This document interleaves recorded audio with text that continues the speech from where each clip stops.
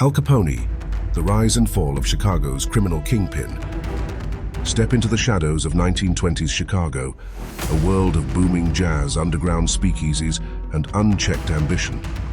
In this thriving underworld, one man would rise above all others, a man who turned crime into a legacy and the Chicago outfit into an empire. But behind the glitz and power, his empire was built on blood, corruption, and betrayal. This is the dramatic story of Al Capone, a tale of ambition, ruthlessness, and eventual downfall. Alphonse Gabriel Capone was born in Brooklyn, New York, in 1899 to immigrant parents. The son of Italian immigrants who worked tirelessly to scrape by, Capone wasted no time in setting aside the straight and narrow path. Even as a young boy, Al was different, street smart, ambitious, and willing to bend the rules to get ahead. Growing up, Capone quickly found himself drawn to the local street gangs that ran their own brand of justice and commerce in the tenement-clogged streets of Brooklyn. It was here that Capone's tough demeanor and sharp mind earned him a reputation. His early brushes with crime were small-time, petty theft, running errands for local gangsters, and hustling. But these experiences planted a seed in young Capone, a hunger for something bigger. By his late teens, Al was recruited into the notorious 5 Points gang, where he began to learn the laws of the underworld.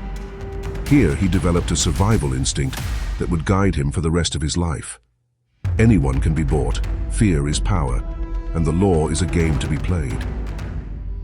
But his fate truly changed after a violent barroom fight left Capone with the iconic scars on his face, earning him the nickname Scarface. Soon after, his path took him westward, away from the streets of Brooklyn to Chicago, a growing city ripe with opportunity.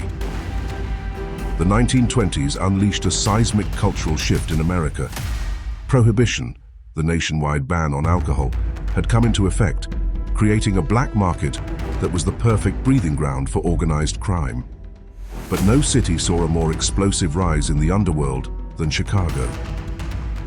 Capone arrived in Chicago under the wing of Johnny Torrio, the reigning boss of the Chicago outfit. Torrio saw something in Capone, a perfect mixture of cunning, brutality, and charisma to help expand their growing empire.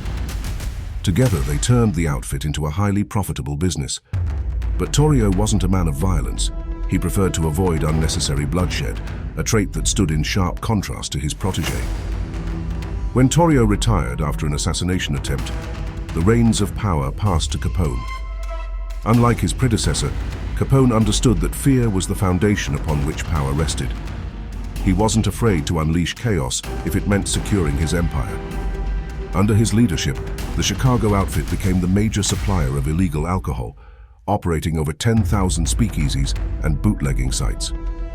But it wasn't just smuggling and bars.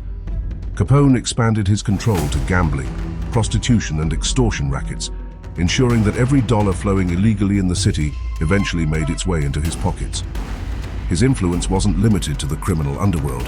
Capone bribed politicians, judges, and police officers, making it nearly impossible for anyone to challenge him.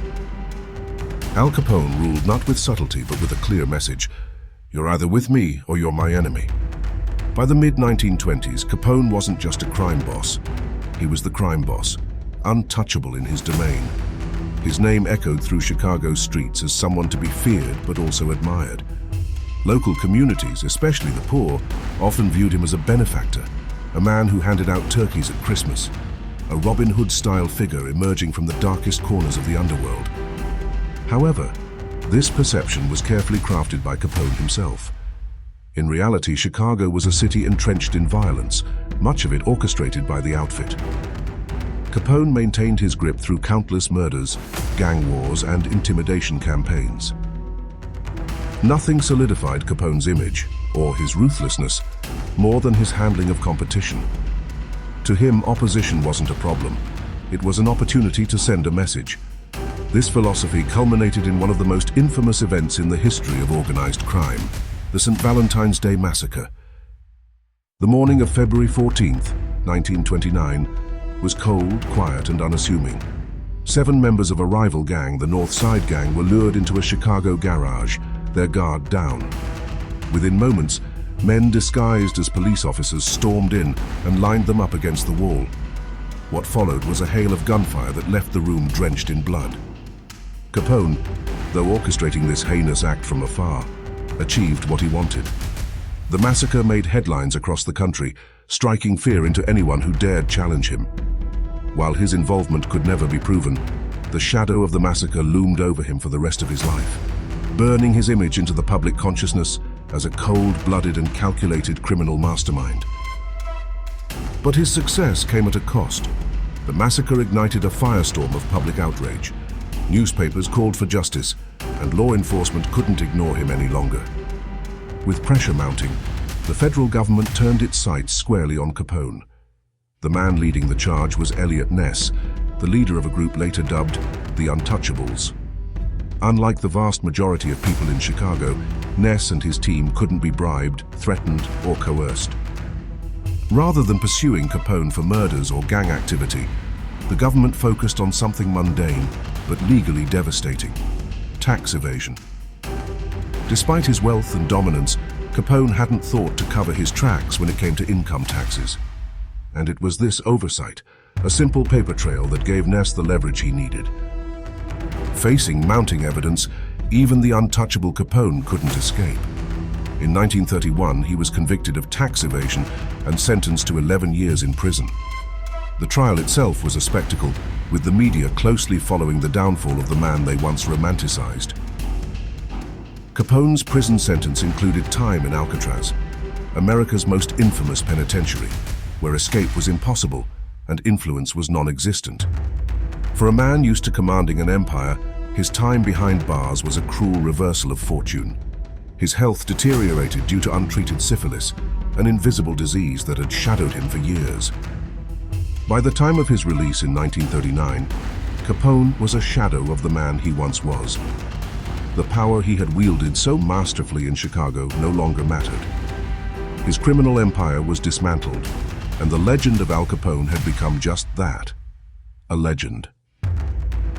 Moving to Florida with his family, Capone faded into obscurity, leading a quiet and uneventful life until his death in 1947. Al Capone's story is not one of simple villainy or heroism. It's a tale of ambition, power, and the high cost of greed. He was a man who lived by his own rules, rose to unprecedented heights, and ultimately lost everything. In many ways, Capone reflects the duality of the Prohibition era itself. On one hand, he was a symbol of rebellion against authority, a charismatic figure who outsmarted the system. On the other, he was a brutal tyrant whose empire fed on bloodshed and corruption. Even today, nearly a century after his death, Capone's name remains etched in history. He is remembered as both a cautionary tale and a legend, a man who defined an era while ensuring it would destroy him.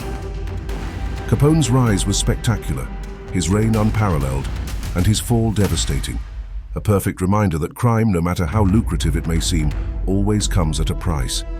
Capone's rise was spectacular, his reign unparalleled, and his fall devastating, a perfect reminder that crime, no matter how lucrative it may seem, always comes at a price. Capone's rise was spectacular, his reign unparalleled, and his fall devastating, a perfect reminder that crime, no matter how lucrative it may seem, always comes at a price. And so, the streets of Chicago carry his story like a whisper in the wind, a legacy of unchecked ambition, written not in ink, but in violence and grief.